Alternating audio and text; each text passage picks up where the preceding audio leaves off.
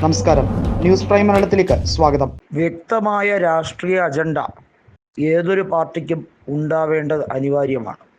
ശരത് പവാറിന് ആ അജണ്ട നഷ്ടമായി, അഥവാ തൻ്റെ പാർട്ടിയെ അടിയറവ് വച്ചിരിക്കുന്നു എന്നതാണ് വ്യക്തം.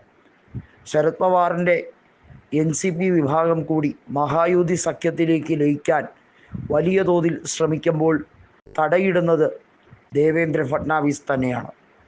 BJP എല്ലാ തരത്തിലും കേന്ദ്ര മന്ത്രിസഭ അംഗീകരിക്കുമ്പോഴും ഫട്നാവിസ് പറയുന്നു വേണ്ടേ വേണ്ട. തൻ്റെ മന്ത്രിസഭയിലേക്ക് ശരത് പവാറിന് ഇടം ഇല്ല. ശരത് പവാർ വിഭാഗത്തിന് ലയിപ്പിക്കാൻ അജിത് പവാറും തയ്യാറല്ല. എന്നാൽ അതിലും രസകരം എന്ന് പറയട്ടെ, സുപ്രിയ സുലെയുമായി ബാക്കി 7 MPമാരിൽ 5ഓളം പേർ തെറ്റിപ്പിരിഞ്ഞിരിക്കുന്നു എന്നതാണ്. അവരിൽ 5 പേരും കോൺഗ്രസിൽ ലയിക്കാൻ തീരുമാനിക്കുന്നു, അതായത് കോൺഗ്രസിലേക്ക് പോകാൻ തീരുമാനിച്ചിരിക്കുകയാണ്. അവർക്ക് കൃത്യമായി അറിയാം, കോൺഗ്രസിൻ്റെയും ഇന്ത്യ മുന്നണിയുടെയും ആശയത്തിൻ്റെ പേരിലാണ് അവർ വിജയിച്ചത്. സുപ്രിയ സുലെയ്ക്ക് നേരം ഇതുവരെ വെടുത്തിട്ടില്ല, അവർക്ക് തിരിച്ചറിവ് വന്നിട്ടില്ല. അതുകൊണ്ടാണ് അവർ ശരത് പവാർ പറയുന്ന ഈ തെറ്റായ രീതികളെ എല്ലാ തരത്തിലും സ്വന്തം പിതാവാണല്ലോ എന്ന് പറഞ്ഞ് അംഗീകരിക്കാൻ ശ്രമിക്കുന്നത്. നേരായ കാര്യങ്ങളെ അന്തസ്സോടെ അംഗീകരിക്കുകയും അല്ലാത്തവയെ വിനയപുരസരം എതിർക്കുകയും ചെയ്യേണ്ടത് അനിവാര്യമാണ്. കൃത്യമായി കോൺഗ്രസ് നേതൃത്വം പറയുന്നൊരു കാര്യം, ശരത് പവാറിൻ്റെ ഈ അതിബുദ്ധി ചിലവാകുകയില്ല എന്നുള്ളതാണ്. മരുമകന് പോലും, അതായത് അജിത് പവാറിന് പോലും കാര്യമായി അംഗീകരിക്കാൻ കഴിയുന്നില്ല. പിന്നെയാണോ ഇനി ബാക്കിയുള്ളവരുടെ കാര്യം? സുപ്രിയ സുലെ അജിത് പവാറുമായി കൂടിക്കാഴ്ച നടത്താൻ തയ്യാറാവുകയാണ്. BJPയിലേക്ക് എന്ന സൂചന നൽകുന്ന അതിൻ്റെ ആദ്യപടി.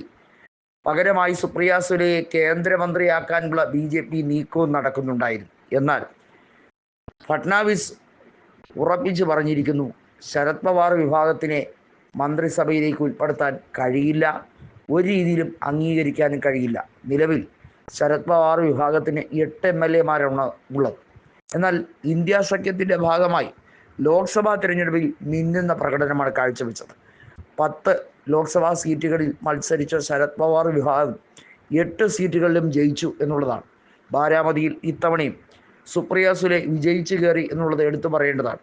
അതുകൊണ്ട് തന്നെ മോദി മന്ത്രിസഭയിൽ കേന്ദ്രമന്ത്രി ആക്കാൻ, സുപ്രിയ സുലെയെ കേന്ദ്രമന്ത്രിയാക്കിക്കൊണ്ടുള്ള നിർണായക നീക്കം നടത്താൻ തയ്യാറാകണം എന്ന ശരത് പവാറിൻ്റെ ആവശ്യം നരേന്ദ്രമോദി അംഗീകരിച്ചെങ്കിലും ഫട്നാവിസ് അംഗീകരിച്ചിട്ടില്ല എന്നുള്ളതാണ് സത്യം.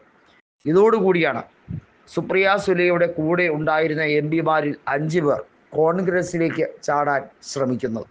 നേരത്തെ തന്നെ മഹാരാഷ്ട്രയിലെ ഒരു സ്വതന്ത്ര MP കോൺഗ്രസിലേക്ക് ചാടിയിരുന്നു. അതിൻ്റെ പിറകെയാണ് ഇപ്പോൾ NCP ശരത് പവാർ വിഭാഗത്തിലെ 8 MPമാർ, സുപ്രിയ സുലെ ഉൾപ്പെടുന്ന 8 MPമാരിൽ 5 പേർ ചാടുന്നത്. കൂറുമാറ്റ നിരോധന നിയമപ്രകാരം 4 അതിൽ കൂടുതലോ MPമാർ ഒരുമിച്ച് മറ്റൊരു പൊളിറ്റിക്കൽ പാർട്ടിയിലേക്ക് പോയാൽ അവിടെ ഉപതെരഞ്ഞെടുപ്പിൻ്റെ പോലും ആവശ്യം ഉദിക്കുന്നില്ല, രാജിവെക്കേണ്ട സാഹചര്യവും ഉദിക്കുന്നില്ല.